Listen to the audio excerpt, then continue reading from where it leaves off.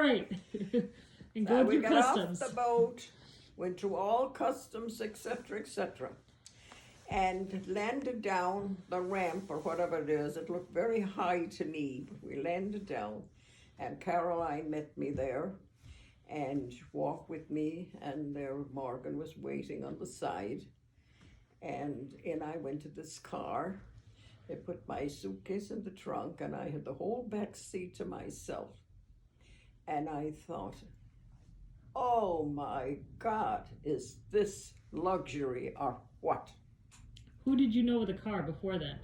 Hmm? Who did you know with a car before then? I didn't know, well, just the taxi man.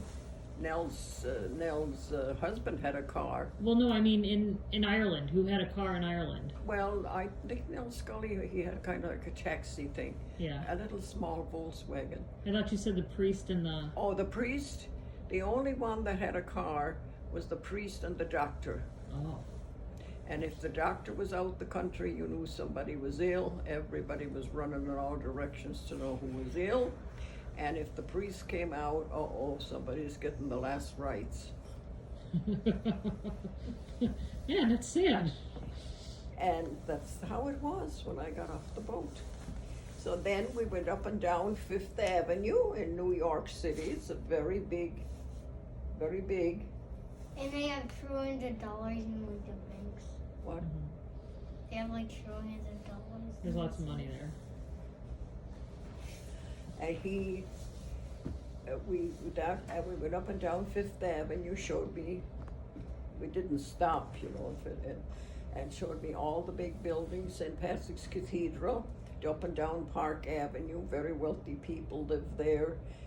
Their mother probably worked there when she came out here years ago, and so then the next trip was over to Brooklyn.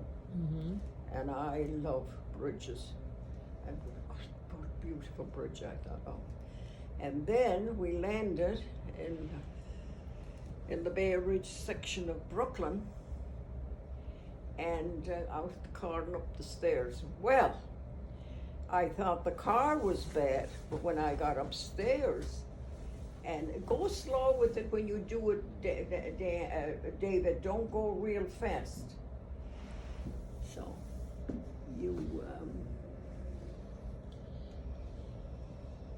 I went upstairs, and I thought, oh my God, this is something.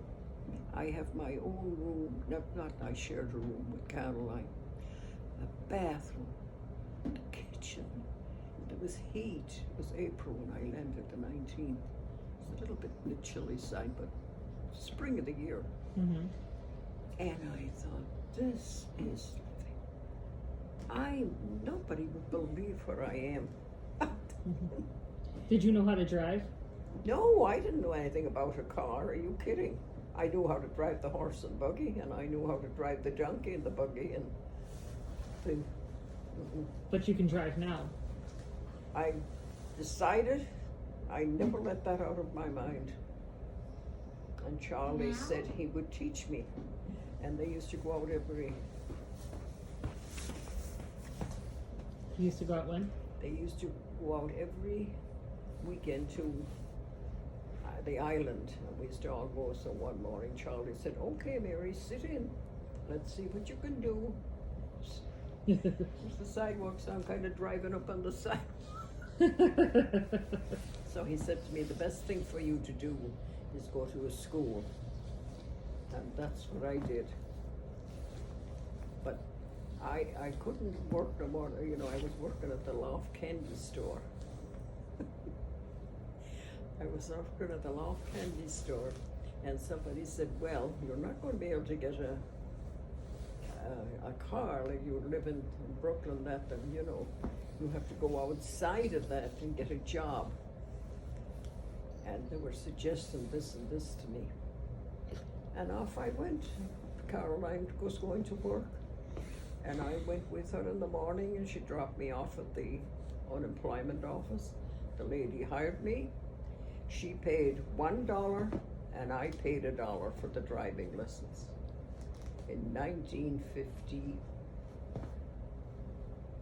I'll say 53, latter part of 52, 53. I was so anxious to drive that car.